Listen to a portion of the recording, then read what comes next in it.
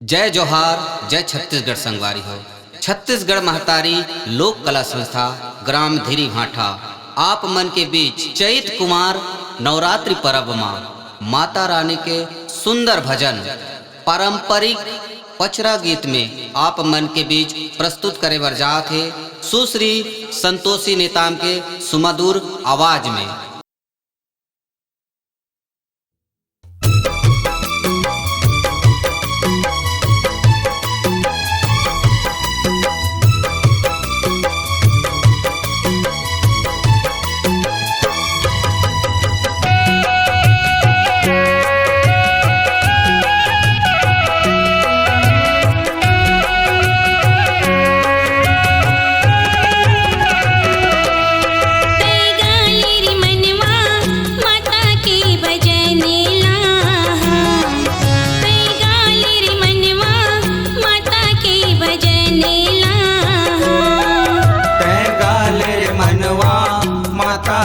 भजनेला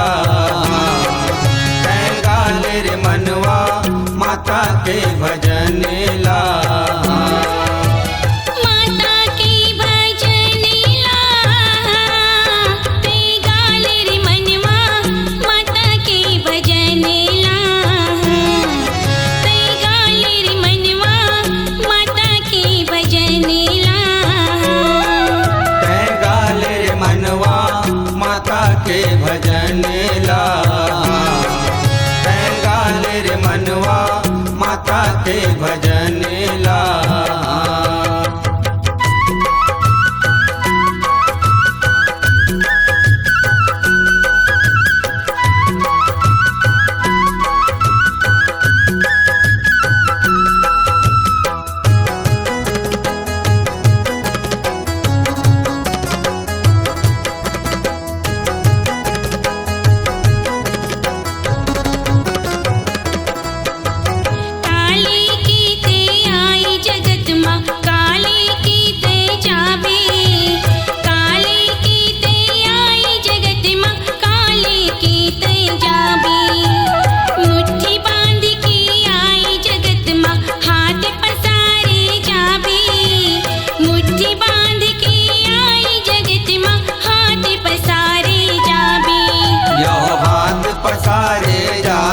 मनवा हाथ पसारे जावे मुट्ठी बांध के आए जगत माँ हाथ पसारे जावे।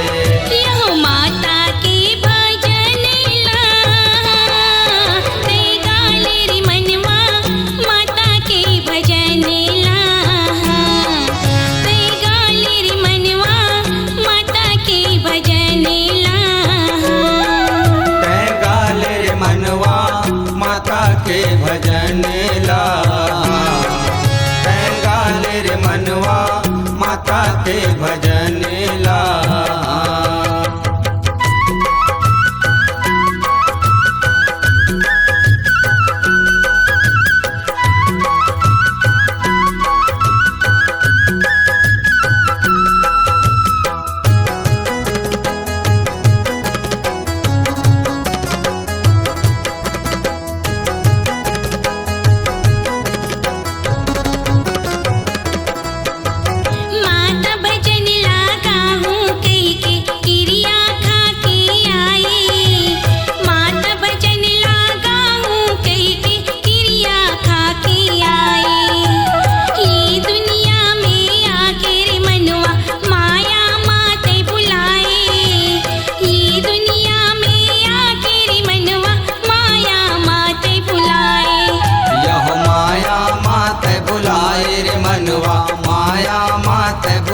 ये दुनिया में आखिर मनवा माया मात भुलाए। यह माता के भजनेला ते गाल रे मनवा माता के भजनेला ते गाल रे मनवा माता के भजनेला ते गाल रे मनवा माता के भजनेला गाल रे मनवा माता के भजनेला।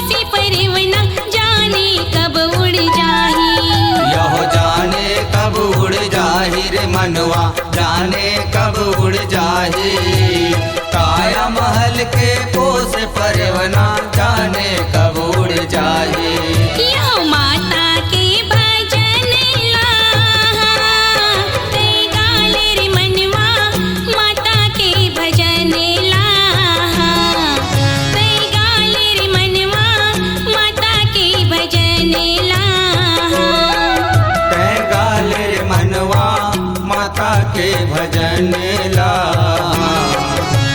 गाल रे मनवा माता के भजन ला। यहो माता की भजन ला, ते गाल रे मनवा माता के भजन ला, ते गाल रे मनवा माता के भजन ला। गाल रे मनवा माता के भजन ला। गाल रे मनवा माता के भजन ला।